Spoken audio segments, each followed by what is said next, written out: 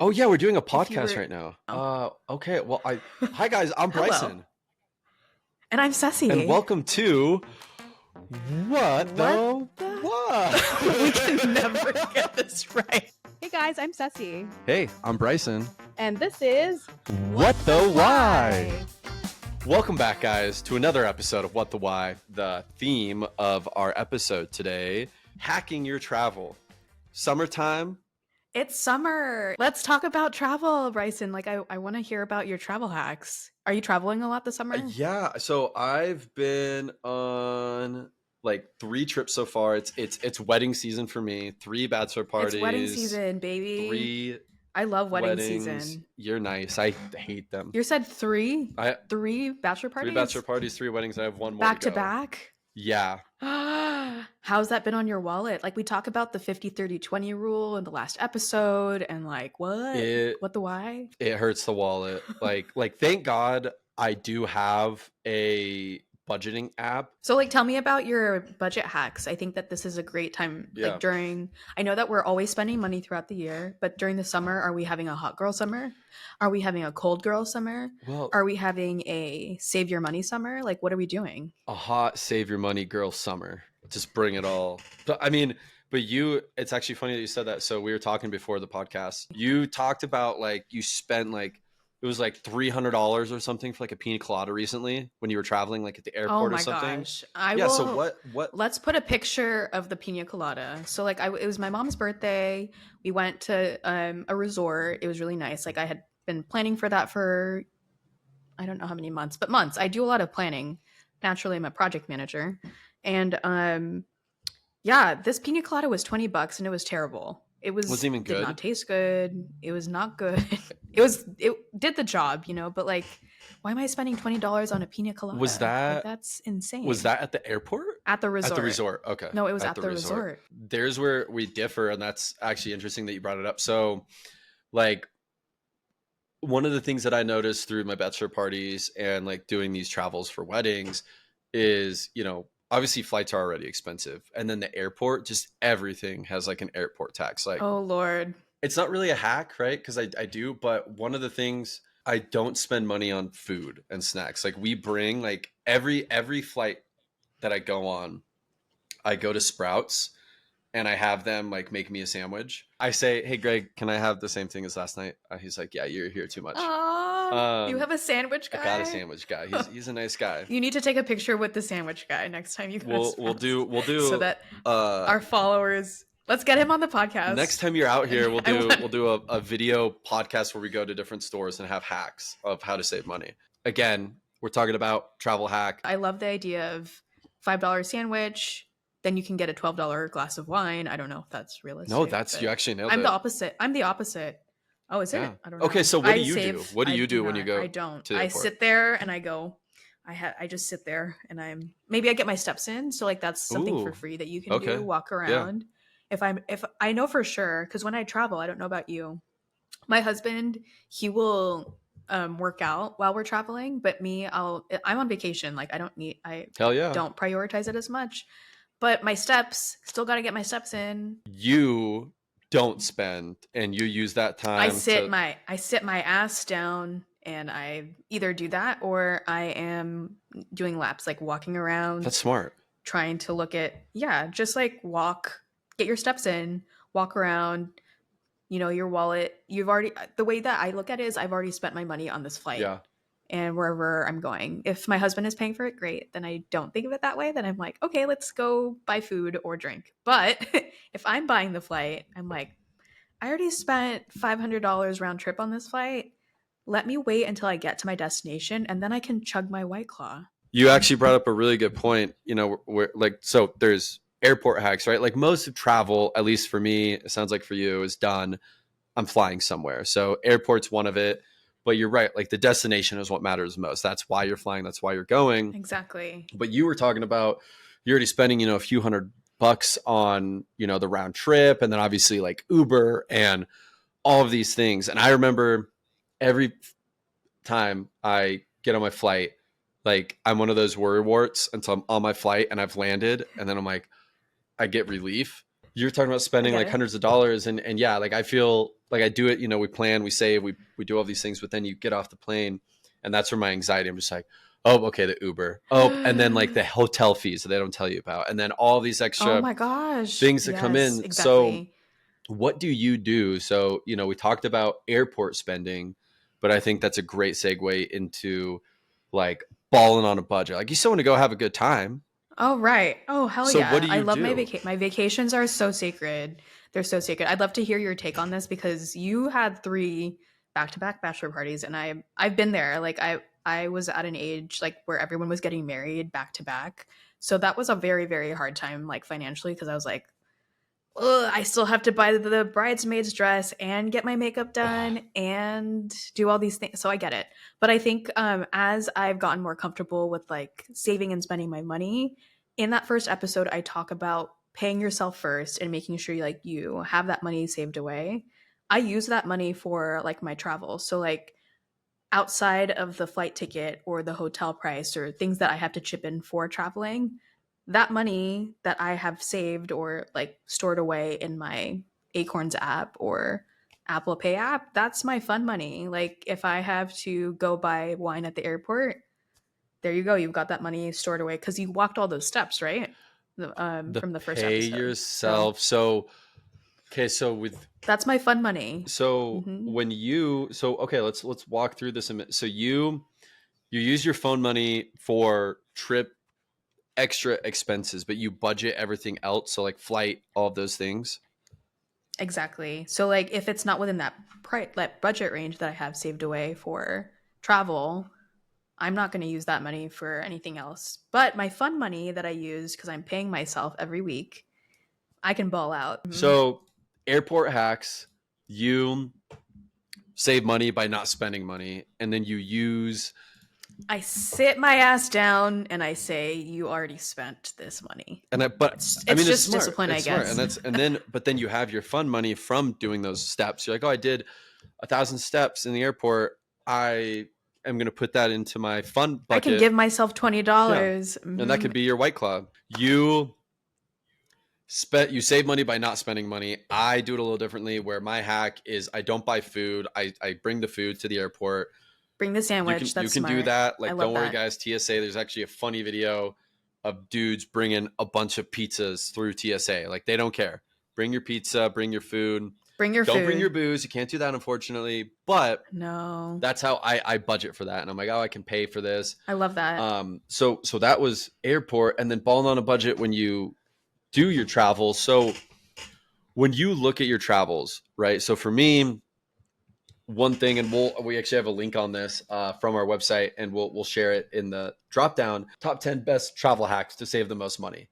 And there's one that I do is travel bundles. So like I used Hopper. I don't know if you're familiar with Hopper. I've heard of Okay, Hopper. Hopper's good. highly recommend. It Yes. gives you points back, right? And then we use it because like when we went to another wedding in San Diego a few weeks back, we needed to rent a car to where we were going.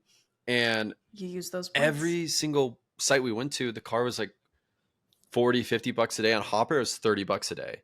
Like super discounted, still same car. And then we bundled that with our flight and hotel. And we ended up saving, we did the math, it was like 200 or 300 a night. We were saving overall because we Wow. bundled. That's amazing. I love that you can use like your points from Hopper. I know that points are a big hack Yeah. too. It's great that Hopper is starting to like reward those points that you're using for the app. But yeah, credit card points. I know, like a bunch of credit cards and stuff like that do the same thing. Like you pile up your points and use it for something Is that else. what you do? So That's I amazing. bundle. That's my I hack. What do don't. you do I when you don't. But I travel? love.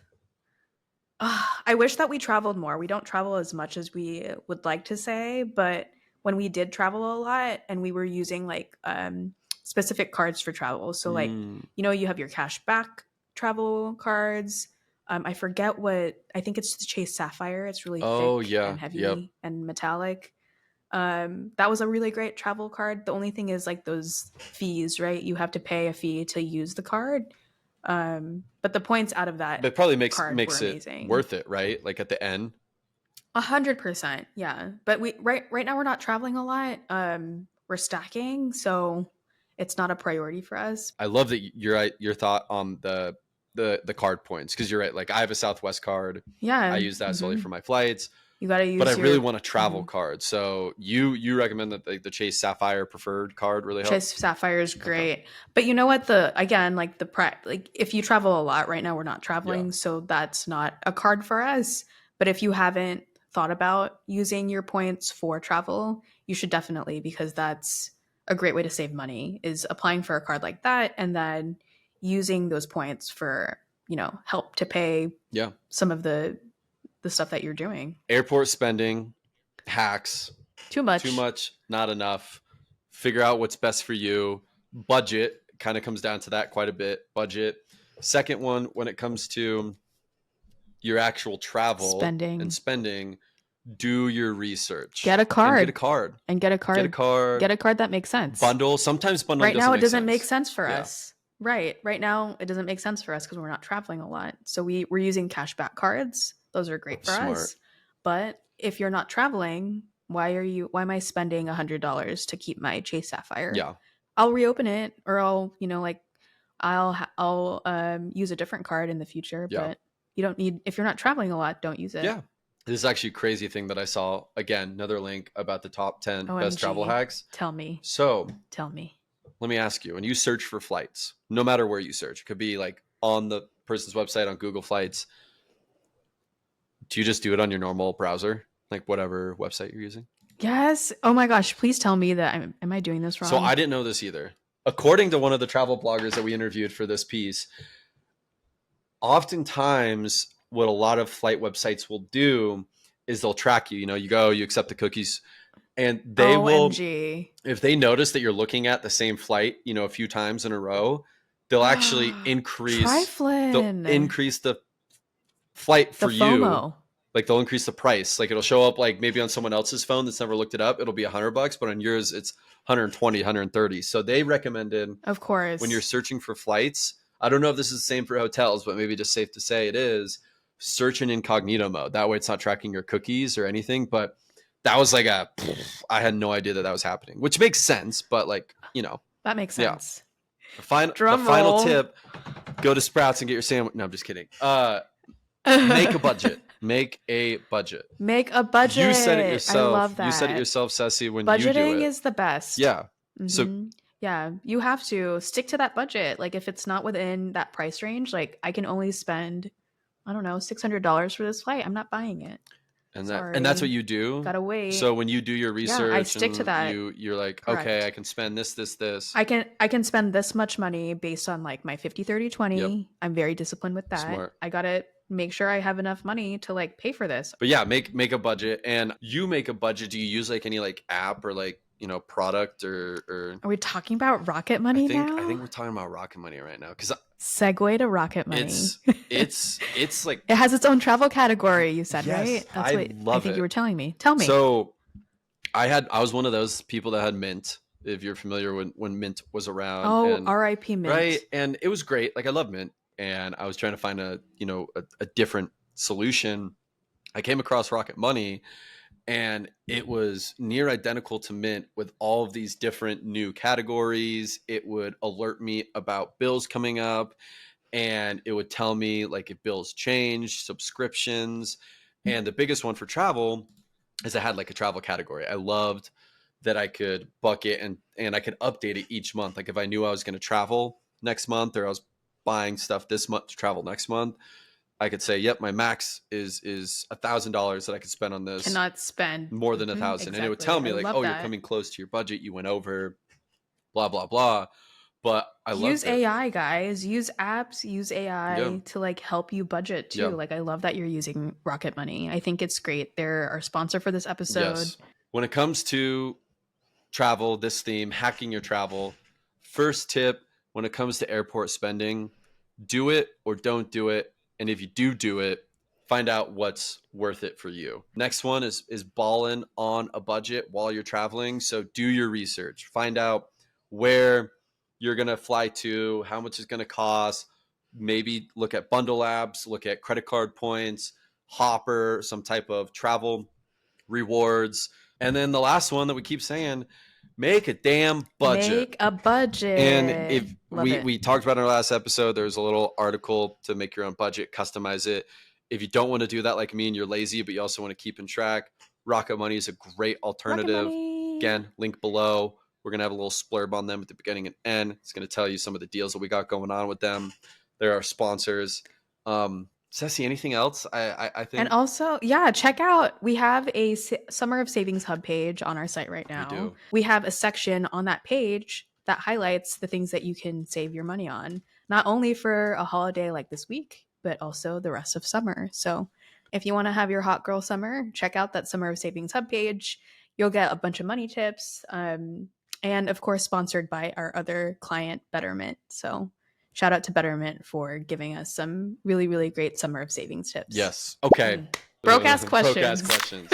Marissa said, how do I pay down my credit card debt effectively? Ooh, that's a good one. I'd actually like your take on this because I think that it's okay to hold a certain amount. Like, let's say you have a high APR card, then definitely pay that baby down. You do not want to be paying those fees. In a future episode, I talk about calling your credit card company. You'll want to tune into that as like a tip.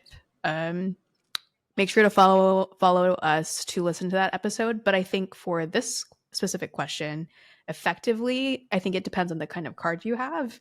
If you have those fees, definitely pay down as much as you can. Yeah. No, and would you recommend like setting up kind of like a payment plan for yourself or with the credit card company? Oh, right. Yeah. Put that payment. You don't have to pay the full amount. You can set up a minimum payment every month. Just as long as you have that running, you'll be fine. You know, your credit score won't be affected. You'll be able to enjoy your inflatable or whatever else that you bought this summer. Yeah. Okay, I have another question for you, Bryson. Not from Marissa, but from George. George asks, so how much should I keep on my card? You know, like, should I keep a full amount on my card? How much? I guess like this is very general, but like, how much should I keep charged on my card? I think what you're saying, George, is how much you should like spend on your card, you know, month to month. And I think the better question to ask is what my credit utilization is. So the typical rule of thumb, George, for credit is one of the things that FICO looks at when it comes to like identifying your credit score is your credit utilization. So let's say that you have a $10,000 credit limit and each month on average your balance is $3,000. That means you're using about 30% of your credit utilization.